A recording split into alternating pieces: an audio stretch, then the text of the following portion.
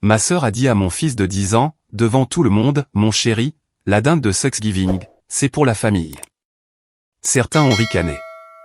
Je me suis levé calmement, j'ai pris la main de mon fils. On y va, mon grand.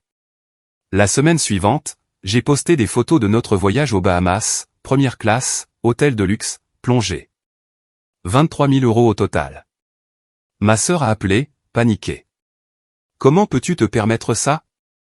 J'ai répondu, « Facile. » J'ai marqué une pause. J'ai arrêté de payer ton prêt immobilier. Au moment où ma sœur s'est penchée vers mon fils de 10 ans pour l'appeler « mon chéri », ma fourchette tremblait déjà au-dessus de mon assiette. « Mon chéri », a-t-elle dit, assez fort pour que toute la table entende. La dinde de Thanksgiving, c'est pour la famille. Elle a éloigné le plat de service de lui, comme s'il tendait la main vers un centre de table, et non vers le dîner.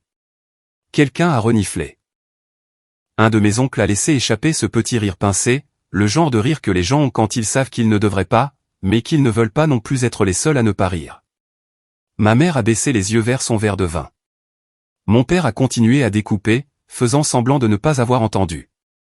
Mon fils, Luc, s'est figé. Sa main est restée suspendue en l'air, les doigts encore crispés autour de l'assiette vide qu'il tendait vers ma sœur. Ses oreilles sont devenues roses d'abord, puis ses yeux sont tombés sur la nappe, sur le motif de petites feuilles oranges que ma mère n'utilisait que pour les grandes occasions. Il n'a pas protesté. Il n'a pas dit « je fais partie de la famille ». Il a juste lentement retiré son assiette, a fixé l'unique cuillerée de purée de pommes de terre sèche qui s'y trouvait, et a dégluti difficilement. Je l'ai senti, cette montée de chaleur derrière mes yeux, la façon dont ma poitrine s'est resserrée comme si quelqu'un avait enroulé une sangle autour de mes côtes et commençait à la serrer.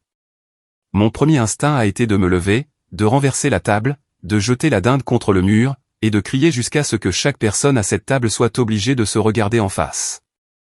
Au lieu de cela, je suis resté très immobile. Ma sœur, Caroline, a ri et a poussé le plat de dinde plus près de ses propres enfants. « Tu peux avoir plus de pommes de terre, Luc », a-t-elle ajouté, comme si elle était généreuse. « Tu as déjà mangé de la pizza chez ton père cette semaine, non ? Tu ne manques rien. » Luc a hoché la tête rapidement. « Oui, ça va. » Sa voix est sortie, toute petite. Trop petite pour un enfant de 10 ans. J'ai regardé autour de la table, attendant que quelqu'un, n'importe qui, dise quelque chose. Ma mère s'est éclaircie la gorge. « Caroline, juste. » Caroline l'a interrompu avec un sourire vif et cassant. « Détends-toi, maman. C'est juste une blague. Il sait qu'on l'aime. » Ce mot, blague, a eu cet effet étrange qu'il a toujours dans ma famille, où il prend quelque chose de méchant et essaie de le parfumer. Les gens se sont agités sur leurs chaises. Quelqu'un a fait teinter un verre. La conversation a repris, comme si de rien n'était. Sauf que quelque chose s'était passé. Luc fixait son assiette, comme si, en levant les yeux et en croisant les miens, je rendrais la chose réelle en disant quelque chose. J'ai reculé ma chaise. Le bruit a raclé bruyamment contre le carrelage. « Et, mon grand », ai-je dit, en me levant, ma voix plus calme que je ne le sentais. « Prends ton sweat à capuche. » Il a cligné des yeux rapidement. « On s'en va ?» Ouais, j'ai tendu la main vers la sienne.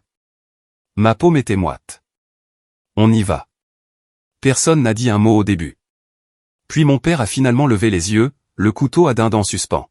« Sam, allez. On vient de s'asseoir. » Je ne l'ai pas regardé.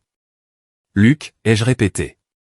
Le souhaite. » Ma sœur a ri, ce petit son aigu que je connais pour en avoir été la cible pendant des années. « Tu pars vraiment à cause d'une histoire de dinde ?» J'ai serré la main de Luc. « Nous partons parce que je ne laisse personne parler à mon fils comme ça. » La chaise de Luc a raclé alors qu'il se levait. Il n'a regardé personne. Il a juste gardé les yeux fixés sur nos mains jointes, comme si c'était la seule chose solide dans la pièce. Je l'ai fait sortir, en passant devant le buffet, devant les photos de famille encadrées au mur où il n'apparaissait que sur une seule, à moitié coupée sur le bord. L'odeur de dinde rôtie et de bougies à la cannelle nous a suivis dans le couloir. Personne n'a essayé de nous arrêter. J'ai ouvert la porte d'entrée, l'air froid de novembre me frappant le visage comme une gifle dont j'avais réellement besoin, et je suis sorti sur le porche avec mon fils. Derrière nous, les rires ont repris. Je m'appelle Samuel, j'ai 37 ans, et je vis à Dallas, au Texas. Je suis spécialiste du marketing à la performance cibleur si vous voulez le titre bizarre que j'utilise sur LinkedIn. Je crée des publicités sur Meta et Google, j'optimise des tunnels de conversion, je fixe des tableaux de bord jusqu'à ce que les chiffres commencent à ressembler à des gens. Je suis aussi un père célibataire. Luc a 10 ans.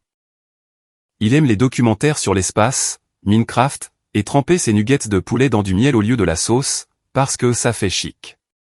La plupart des semaines, nous ne sommes que tous les deux, dans une maison de ville de 2 chambres, avec des escaliers qui craquent et un parking terrible, mais une bonne lumière dans sa chambre pour les devoirs et les Legos. Sa mère, mon ex, a déménagé à Denver il y a 2 ans. Ils passent de longs week-ends et les étés ensemble. Ce n'est pas parfait, mais c'est paisible, et la paix est quelque chose que j'ai appris à ne pas tenir pour acquis.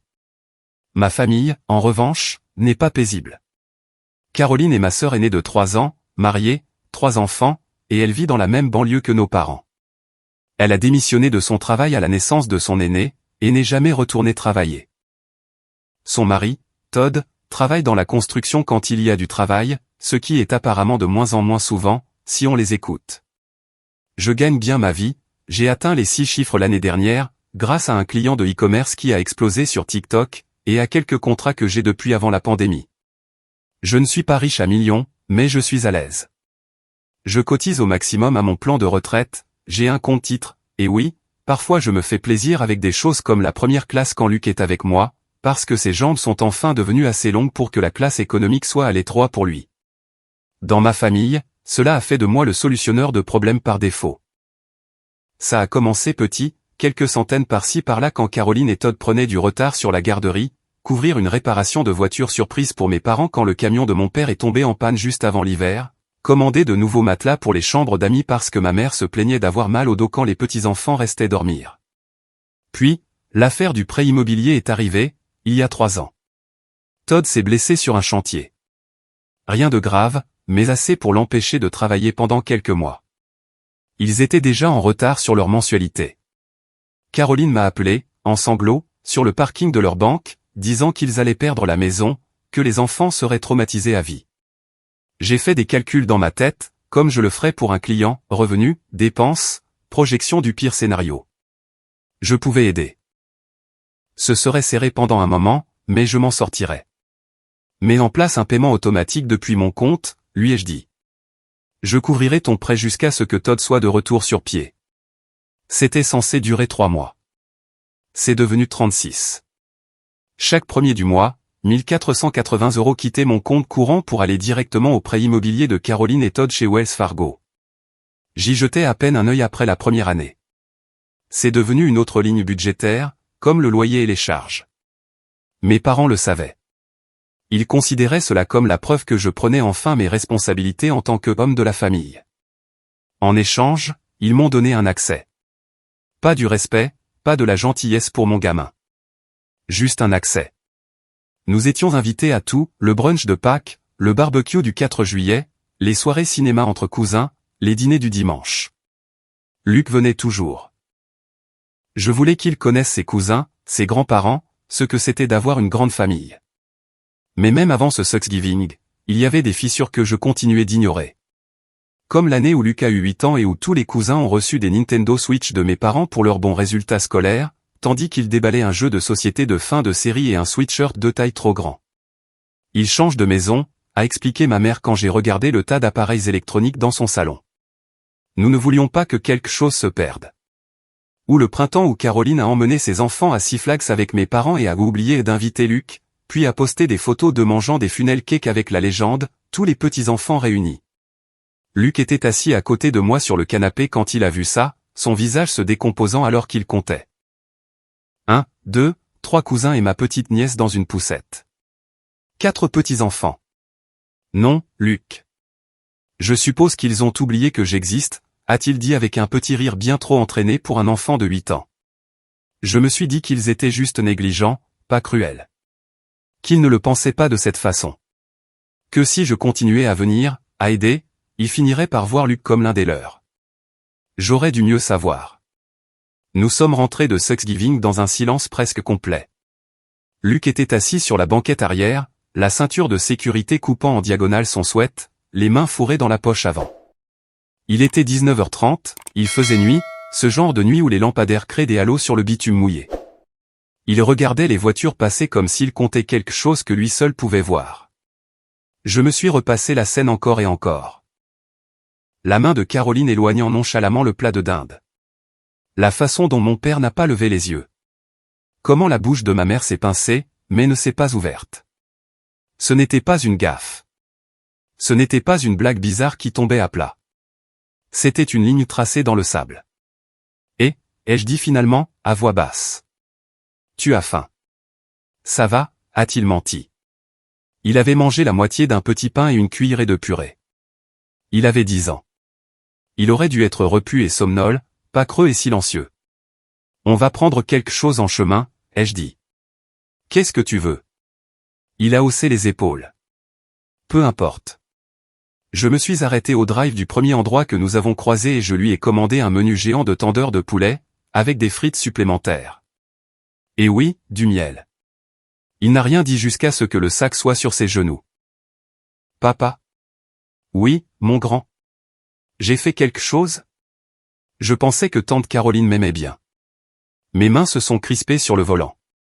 Tu n'as rien fait, ai-je dit. Parfois, les adultes oublient comment être gentils. Ce n'est pas de ta faute. Il est resté silencieux une seconde, le froissement du sac en papier étant le seul son. Ces enfants font plus partie de la famille que moi, c'est ça? Ça a atterri plus lourdement que tout ce que ma sœur avait pu dire, parce que ce n'était pas la première fois qu'il devait faire ce calcul. Les cadeaux, les photos, les voyages. Il lisait les données depuis des années. Dans mon travail, on parle de signaux de conversion, de petites actions qui s'additionnent pour aboutir à une décision. Des clics, des vues, des défilements. En y repensant, ma famille m'envoyait des signaux depuis longtemps. L'année où mes parents ont oublié l'anniversaire de Luc, mais se sont souvenus de me rappeler que les impôts fonciers étaient dus. La façon dont Caroline le présentait toujours aux nouvelles personnes comme le garçon de Sam, mais ses propres enfants comme la fierté de maman. La fois où mon père a plaisanté, au moins, tes enfants ont un parent stable, juste devant Luc, après le déménagement de mon ex. Des petites coupures. Facile à ignorer une par une. Facile à excuser quand il y a de l'argent qui circule dans l'autre sens, et des années d'histoire qui vous lient à des gens qui pensent que payer leurs factures équivaut à les aimer. 3 mois avant ce Thanksgiving, Caroline m'avait appelé au sujet du prêt immobilier. On pense refaire la cuisine, a-t-elle dit, comme si elle commandait un café. Puisque tu es déjà avec la maison, la banque a dit qu'on pourrait probablement refinancer si tu te portes juste garant. Non, ai-je dit, sans même regarder mon agenda. Ça nous a surpris tous les deux. Je lui disais rarement non. Elle a ri, incertaine. Non, dans le sens pas maintenant, ou non, dans le sens? Non, dans le sens où je t'envoie déjà près de 1500 € chaque mois. Je ne vais pas lier mon crédit à tes comptoirs en granit. Elle est devenue glaciale si vite que je l'ai entendue au téléphone. Waouh. D'accord. Tu n'as pas besoin d'être grossier. Après ça, les petites piques sont devenues plus acérées. Certaines personnes pensent qu'elles sont meilleures que les autres, juste parce qu'elles travaillent sur un ordinateur portable, a-t-elle dit un dimanche, quand je suis arrivé en jean au lieu d'un vrai pantalon. Ou quand Luc a répondu à une question sur l'école, elle a levé les yeux au ciel et a marmonné, il parle comme un petit adulte. J'imagine que c'est ce qui arrive quand ton père n'a pas de vie sociale. J'ai laissé couler. C'est ce que je me disais, en tout cas. Mais la dinde, la ligne délibérée ou pour la famille, ce n'était pas une pique. C'était un coup. Elle avait fait son coup devant ses enfants, mes parents, notre famille élargie. Elle voulait que tout le monde voie la hiérarchie. Ses enfants étaient les vrais petits-enfants. Luc était l'étranger, l'invité, le temporaire. Et ils ont ri. C'est ça, la partie qui m'a empêché de dormir cette nuit-là.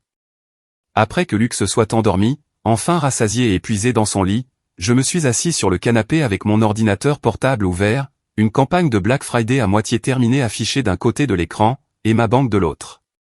Des colonnes de chiffres clignotaient devant moi, revenus, contrats, dépenses publicitaires, remboursement, paiement automatique du prêt. 1480 €. 1480 €. 1480 €. 36 lignes dans une colonne verticale nette, s'étirant sur 3 ans de juste jusqu'à ce que Todd reprenne le travail, on a presque rattrapé notre retard, et tu nous aides vraiment à rester à flot, petit frère. J'ai fait défiler jusqu'à la section des paiements programmés et je l'ai vu, prochain paiement le 1er décembre, 1480 €, Caroline et Todd prêt immobilier Wells Fargo, paiement automatique. Mon curseur a survolé le bouton modifier. Il ne s'agissait pas de la dinde. Il ne s'agissait pas d'une assiette.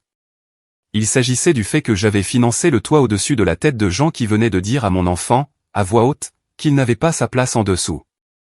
Ils avaient été heureux d'accepter mon argent. Ils n'avaient juste jamais accepté mon fils. J'ai cliqué sur modifier. Puis j'ai cliqué sur annuler le paiement récurrent. Une boîte de confirmation est apparue. Êtes-vous sûr de vouloir annuler ce paiement automatique? Je suis resté assis là, écoutant le bourdonnement du réfrigérateur et le doux vrombissement du ventilateur de la chambre de Luc, au bout du couloir. Mon cœur battait plus fort qu'avant le lancement d'une grosse campagne. Oui, ai-je murmuré, et j'ai cliqué sur confirmer. L'email d'annulation est arrivé dans ma boîte de réception à 23h47. Votre paiement récurrent à Caroline et Todd, prêt immobilier Wells Fargo, a été annulé. Pendant 3 minutes, je l'ai juste fixé. Puis, par habitude, j'ai ouvert le tableur que j'utilise pour suivre mes finances personnelles. Chaque client avait son propre onglet. Chaque mois avait sa propre feuille.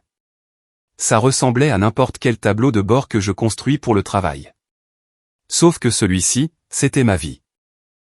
Ligne par ligne, j'ai effacé prêt Caroline, 1480 € au des 12 prochains mois et j'ai regardé le solde prévisionnel s'ajuster. Je ne les coupais pas les vivres dans un texto rageur.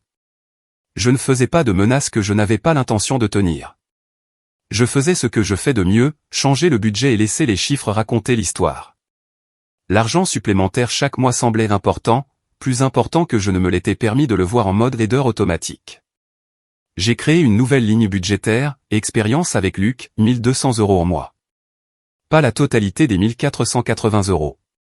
J'avais toujours des objectifs d'épargne, la retraite, les urgences. Mais 1200 € par mois, mis de côté juste pour nous.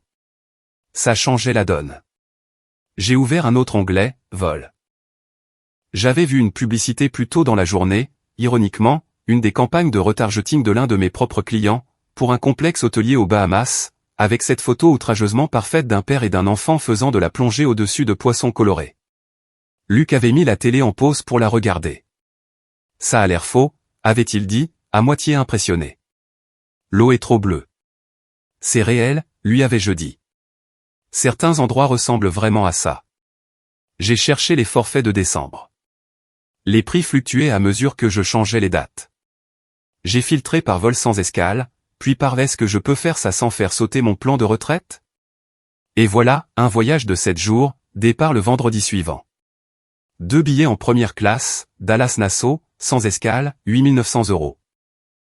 Une suite dans un complexe tout compris avec un parc aquatique et un club pour enfants, 9600 €. Transferts aéroport, excursion de plongée, une activité avec des dauphins dont Luc avait rêvé une fois, environ 2500 € au total. Nourriture hors du complexe, pourboire, souvenirs divers. J'ai budgétisé 2000 € de plus. Total approximatif, environ 23 000 €. 23 000 €. Ou, pour le dire autrement, environ 15 mois du prêt immobilier de quelqu'un d'autre. Mon pouce a survolé le pavé tactile. Je ressens à peine quelque chose lorsque j'autorise 50 000 € de dépenses publicitaires mensuelles pour des clients. Mais dépenser 23 000 € pour moi et mon gamin, ça semblait énorme. Puis j'ai imaginé Luc, à cette table, se recroquevillant dans son sweat pendant que ma sœur éloignait la dinde et riait. J'ai imaginé les années d'exclusion silencieuse, de cadeaux plus petits, d'invitations manquées, et de photos où il était coupé ou oublié. Et j'ai pensé, si je peux jeter de l'argent à des gens qui ne veulent même pas nourrir mon fils, je peux très bien jeter de l'argent pour une semaine où il est le centre de l'univers. Mes informations de carte étaient déjà pré-remplies. J'ai cliqué sur réserver. La confirmation a retenti dans mon email une seconde plus tard. Je n'ai rien dit à Luc ce soir-là. Je voulais voir son visage le matin, quand il ne serait pas fatigué et à vif. Il est entré dans la cuisine à 8 h du matin, les cheveux en bataille, son pyjama Star Wars légèrement trop court aux chevilles. « Bonjour », ai-je dit, en faisant glisser une assiette de pancakes sur le comptoir. « J'ai une question pour toi. Il a bâillé. Ok. Si tu pouvais aller n'importe où, juste avec moi, pendant une semaine, sans école, sans travail, sans famille, où voudrais-tu aller? Il a cligné des yeux, son regard s'aiguisant à mesure que l'idée faisait son chemin n'importe où. N'importe où. Il a réfléchi peut-être 3 secondes. L'endroit avec l'eau bleue, dans la publicité, où il nageait avec les poissons jaunes. J'ai souri. Bon choix. J'ai tourné mon ordinateur portable vers lui, la confirmation de réservation ouverte à l'écran. Parce que je l'ai en quelque sorte déjà fait. Ses yeux se sont écarquillés. Attends, pour de vrai? Pour de vrai? On part vendredi après l'école. Tu manqueras quelques jours la semaine prochaine, mais j'ai déjà envoyé un email à ton professeur. Sa bouche est tombée. Est-ce que ça arrive vraiment? Oui, mon grand. Ça arrive. Il s'est jeté par-dessus le comptoir et m'a serré si fort que j'ai failli laisser tomber mon café. Pour la première fois depuis longtemps, l'argent que je dépensais me semblait exactement juste. Je n'ai pas appelé ma famille. Je n'ai pas envoyé de texto de groupe dramatique. J'ai juste continué ma semaine, travaillé sur mes campagnes, fait nos valises, m'assurant que Luc avait assez de maillots de bain qui lui allaient vraiment. La seule chose que j'ai faite, en plus de réserver le voyage et d'annuler le paiement du prêt, a été de déplacer les notifications de contact de mes parents dans un dossier séparé, que j'ai appelé bruit, pour ne pas voir leur texto apparaître par accident. Nous nous sommes envolés le vendredi après-midi. Luc n'arrêtait pas de toucher à tous les boutons en première classe, ajustant son siège, murmurant « c'est fou », chaque fois que l'hôtesse de l'air lui apportait quelque chose. Quand l'avion a décollé, il m'a agrippé le bras, puis a ri quand son estomac s'est soulevé. Le plus beau jour de ma vie, a-t-il dit, quelque part au-dessus du golfe du Mexique, le visage collé au hublot. Sur l'île, tout semblait bruyant et lumineux, de la meilleure des manières. L'air était lourd, salé. Le complexe sentait la crème solaire et les gaufres. Luc a passé des heures à dévaler des toboggans aquatiques, remontant à la surface les cheveux plaqués sur la tête et un sourire si large qu'il m'a fait oublier que quoi que ce soit de mal se soit jamais passé à une table à manger. Nous avons fait de la plongée, comme dans la publicité. L'eau était vraiment aussi bleue. De petits poissons jaunes filaient autour de nous, imperturbables. Luc a refait surface, a relevé son masque et a crié « Papa, c'est dément ». Un après-midi, nous étions allongés dans des hamacs entre deux palmiers, écoutant les cris d'autres enfants au loin. Luc est resté silencieux un moment, se balançant doucement. « Papa ? Oui. C'est mal s'il ne me manque pas ?» Je savais de qui il parlait. Les cousins, mes parents, Caroline, toute l'unité. Non, ai-je dit, en regardant les feuilles. Ce n'est pas mal. Ça veut juste dire que tu passes un bon moment, là où on veut vraiment de toi. Il a hoché la tête lentement, comme s'il enregistrait cette information. Nous sommes rentrés le samedi suivant, bronzés et fatigués, de cette manière propre et satisfaite. J'ai posté les photos le dimanche, même pas par dépit au début, juste par fierté. Une photo de Luc avec son équipement de plongée, pouce en l'air. Une photo de notre chambre en désordre, avec des plateaux de service en chambre et des serviettes mouillées. L'aile de l'avion depuis nos sièges en première classe, avec la main de Luc dans le cadre, appuyant sur le bouton d'inclinaison. Légende, la gratitude avait un air un peu différent cette année. L'appel est arrivé 12 minutes plus tard. Caroline. J'ai laissé sonner une fois, 2 fois, puis j'ai répondu. Mais putain, Sam, a-t-elle lâché? Pas de bonjour. Pas de comment s'est passé ton voyage? Comment peux-tu te permettre ça? Première classe. Une semaine entière aux Bahamas? Quoi, tu as gagné au loto? Je me suis appuyé contre mon comptoir de cuisine, toujours pieds nus, une légère pellicule de sable sous mes talons. Salut, Caroline, ai-je dit. Ça me fait plaisir d'entendre ta voix. Je suis sérieuse, a-t-elle dit. Todd vient de voir ton poste, et maintenant il flippe. Tu nous caches de l'argent? D'où ça sort? On a à peine réussi à payer le prêt ce mois-ci. Et voilà. L'attente, cuite dans chaque mot. Ton argent, c'est nos affaires. Ce n'est pas compliqué, ai-je dit. J'ai arrêté de payer ton prêt immobilier. Silence. Un silence littéral, absolu. Je pouvais entendre la faible télévision en arrière-plan chez elle, et le clic de mon propre réfrigérateur qui se mettait en marche, mais rien de sa part. Quoi? J'ai annulé le paiement automatique, ai-je dit, la semaine dernière. Cet argent va maintenant à mon fils. Tu sais, celui à qui tu as refusé de servir de la dinde. Sa respiration est sortie, sèche. Tu ne peux pas simplement arrêter, samedi. On a basé notre budget là-dessus. Ce n'est pas mon problème. Tu te moques de moi, sa voix est devenue aiguë et mince. On va perdre la maison. Les enfants vont. Quoi? Je l'ai interrompu, ma voix toujours calme. Devoir vivre dans un endroit que leurs parents peuvent réellement se permettre? Je paie ton prêt depuis 3 ans, Caroline. Et pendant tout ce temps, tu n'as jamais regardé Luc comme s'il faisait partie de la famille. Ce n'est pas vrai, a-t-elle lâché. J'aime Luc. Tu dramatises pour une simple blague. Tu as embarrassé toute la famille en partant comme ça. Maman pleure depuis une semaine. Maman peut pleurer, ai-je dit. Elle peut aussi cuisiner plus que des pommes de terre si elle veut que mon gamin mange. Mais j'ai fini de payer pour m'asseoir à une table où il est traité comme un invité. Tu ne peux pas faire ça, a-t-elle répété, mais il y avait autre chose dessous maintenant. La panique. On est déjà en retard. Si tu te retires maintenant, ils vont saisir. Pense aux enfants. J'y pense, ai-je dit. Je pense aux miens. Sam, je ne suis pas ta banque de secours, Caroline, ai-je dit doucement. Tu es hors de mes comptes. Vous vous débrouillerez. J'ai raccroché avant qu'elle ne puisse me traiter d'égoïste. Les retombées ont commencé avant même que j'ai posé mon téléphone. Caroline a fait exploser mes messages. Je punissais de ses enfants, les maltraitais financièrement, et apparemment, ma nouvelle petite amie m'avait empoisonné. Je n'ai même pas de petite amie, mais si j'en avais une, elle me dirait de fuir. Puis ma mère a appelé. J'ai laissé aller à la messagerie vocale. Samy, il faut qu'on parle. Caroline est hystérique. La banque appelle. Tu ne peux pas simplement couper les ponts comme ça. On est une famille. Famille avait une autre résonance maintenant. J'ai envoyé un texto au lieu d'appeler.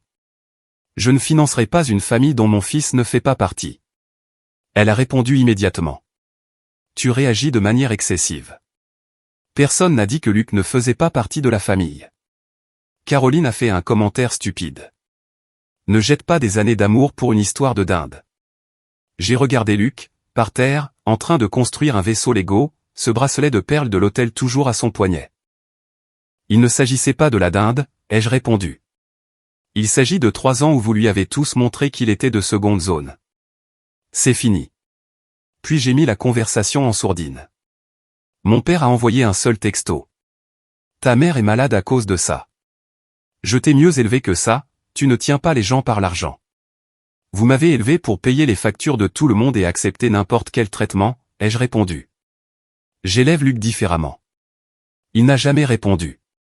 Caroline est passée aux photos de culpabilisation, des avis de retard, des enfants tristes sur le canapé, une photo de la banque. J'espère que tu es heureux. Quand elle a écrit, si nous perdons la maison, c'est de ta faute, j'ai finalement répondu, si vous perdez la maison, c'est parce que vous avez vécu dans une maison que vous ne pouviez pas vous permettre, et que vous avez traité la personne qui l'a payé comme un distributeur automatique. Puis je l'ai bloqué. Une semaine plus tard, ma cousine Jenna m'a envoyé un texto. Maman racontait à tout le monde que j'avais abandonné Caroline, mais avait oublié de mentionner la partie où Caroline avait dit à Luc qu'il n'était pas assez de la famille pour avoir de la dinde. Pour ce que ça vaut, a écrit Jenna, tu as bien fait. Je n'avais pas réalisé à quel point j'avais besoin qu'une personne de cette table me dise que je n'étais pas fou. Comment est le niveau de bruit, ai-je demandé à Luc ce soir-là en le bordant. Il a froncé les sourcils. Quel bruit? Rien, ai-je dit. Dors. La maison était soudainement silencieuse, sans mon téléphone qui vibrait d'urgence familiale. Caroline n'a pas perdu la maison. Maman a finalement admis que la banque avait trouvé un arrangement et que Todd avait pris des heures supplémentaires. En d'autres termes, ils se sont adaptés, comme des adultes. Nous n'avons pas été invités à Noël. Ça m'a un peu piqué quand j'ai vu la photo des pyjamas assortis sous le sapin de mes parents. Nous tous ensemble, comme toujours. Luc y a jeté un œil pendant que nous faisions des biscuits. J'aime mieux nos pyjamas, a-t-il dit, en montrant les siens, bleu marine avec des planètes. Moi aussi, ai-je réalisé. Et je le pensais. Le Thanksgiving suivant, j'ai réservé un petit chalet au bord d'un lac, 2 chambres, une cheminée, un ponton bancal. J'ai envoyé un texto à Jenna pour qu'elle vienne avec sa tribu. Nous avons mis la table avec des assiettes dépareillées. J'ai ajouté 2 chaises vides au bout. C'est pour qui, a demandé Luc.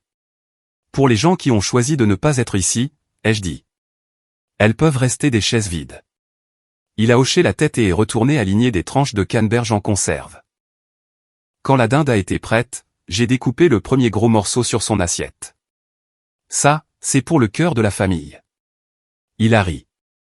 Phrase bizarre, papa. Tu es coincé avec mon écriture. Je l'autorise. Plus tard, repu de tarte, il m'a tendu un papier plié, une table avec des figurines, moi, lui, les jumeaux de Jenna, et 2 chaises vides avec des points d'interrogation.